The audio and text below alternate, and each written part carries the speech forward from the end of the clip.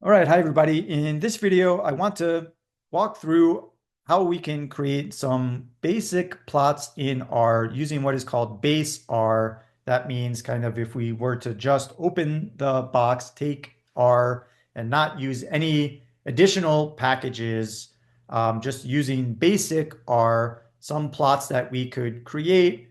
And later on next week, in the next several weeks, we'll talk about some other packages that we can use to create maybe some fancier plots like ggplot and so on. But for now, we're just going to talk about some of the more basic plotting features that are in R that we don't need to install any fancier packages that are actually going to do a pretty nice job of creating some pretty nice plots. And so for the first type of plot that we're going to create is going to be a bar plot.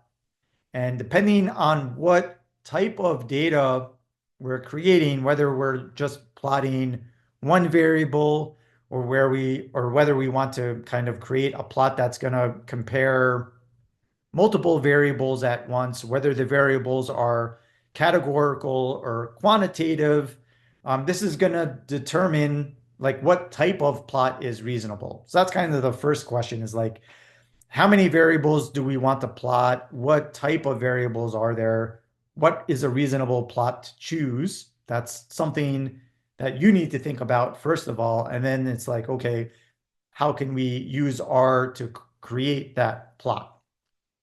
So the first type of plot that we'll consider is, let's say I want to create a plot to display one categorical variable. And so one nice way of plotting one categorical variable would be to create what's called a bar plot. And so we're going to continue working with the storms data frame that we've been working with in the earlier videos. So if you've been following along and you've been running the previous code cells, then you're up to speed. If you've just opened up this, if you just started with this video and you try and run these code cells, you're going to get some errors because we've loaded the dplyr package and we've converted some variables from decimals to integers, from integers to factors. And if you haven't run those code cells, you're going to get some errors. So one nice thing that you can do to catch up is if you go over to the runtime and you say, I want to run before. So like over here, I'm on the question mark plot code cell. I'm going to do run before. This is going to run every code cell before the code cell that I'm in right now. So this opened up a couple of help things on the side because some of the previous code cells in this Colab notebook had question mark dplyr and so on. I'm going to close these help documents. But once you run everything before, you're now up to speed. You've loaded the dplyr package and you've converted all of the variables to the right form to catch up to speed with where we are here. Okay, so now we want to plot some categorical variables. And so the plot function in base R is probably like the most flexible and useful function for plotting. And you can run the help command if you want to get under the hood and see all of the various options available for plot.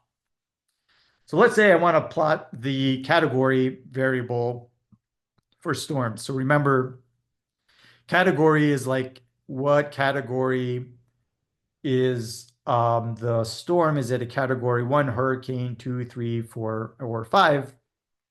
So if I run plot, it's going to go into the storms data frame. The $ says, then look for a particular variable. In this case, it's going to look for the category variable. And we'll run this command, and let's take a look at the output.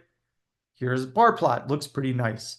I added some additional options, and I explain what those options are with the comments. So this option main added a main label to the top, which is hurricanes by category. This option X lab added a label to the X axis called hurricane category.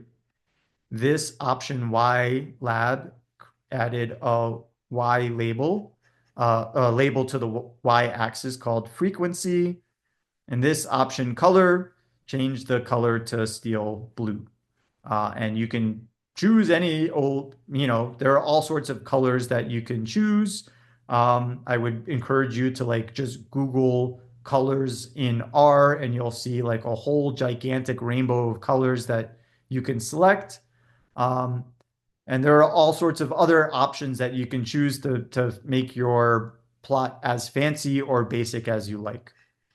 So if you want to make it as basic as you like, you could just simply do something like this would be the plot without any features. So the default color is light gray, and it didn't add any labels on any axis.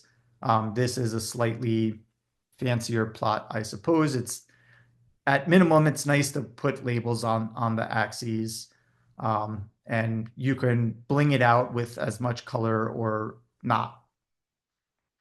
So one thing that's nice to note here is, okay, the plot function recognized that we had converted category to a factor. And if your variable is a factor, then you probably want to create a bar plot like this. And so how we would read this is that the height of each of these bars is telling me how many observations in the data set were category 3 hurricane, how many were category 4, and so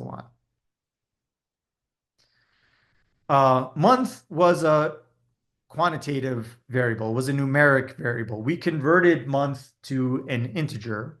And so let's see what the plot function does to months. Not very cool. Okay.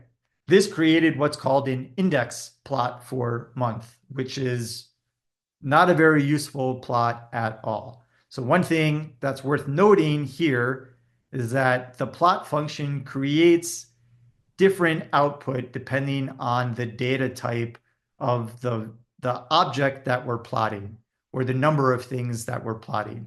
So when I enter one variable, if that variable is a factor, it creates a bar plot. If that variable is quantitative, it creates an index plot. Okay, and this index plot is just kind of saying the first observation in my data set, it occurred, what was its month value? So on the x-axis, it's saying what number was the observation from observation 1 up to observation 19,547. And on the y-axis, it's saying what was the value of the month of that observation.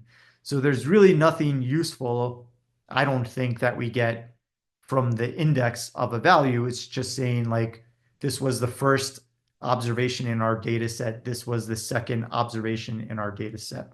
So an index plot in this instance is, in many instances, is not particularly useful.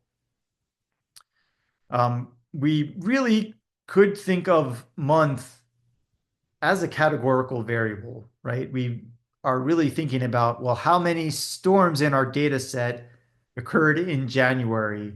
How many occurred in February, March, April, May, and June?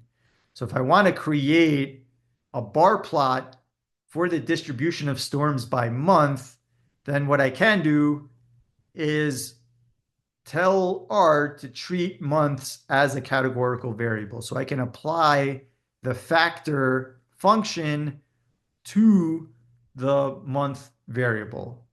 And this will actually create a bar plot for months because now it's treating the input as a categorical variable.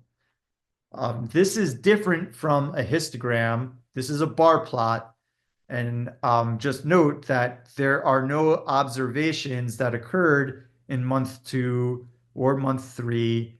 And we're, rather than having like an empty bin for month 2 and month 3, which is what a histogram would have, there's just no bars for months 2 or month 3. But here we have a bar plot for months, which is a more meaningful plot, I think, than looking at the index plot up here. but we haven't stored this output. So we haven't like overwritten the storm's month. We haven't changed its data type to a factor. We just applied this inside of the plot function. So if I look at the summary output, month is still being stored as a numeric. So just like the summary function, it gives me a different summary based on whether I'm treating month as a numeric versus a categorical variable. The plot function works similarly. If the variable is numeric, I get an index plot. If the variable is a factor, it gives me a bar plot. Okay, so that will wrap up this video. Next, we'll talk about how we can display one quantitative variable by creating histograms and box plots.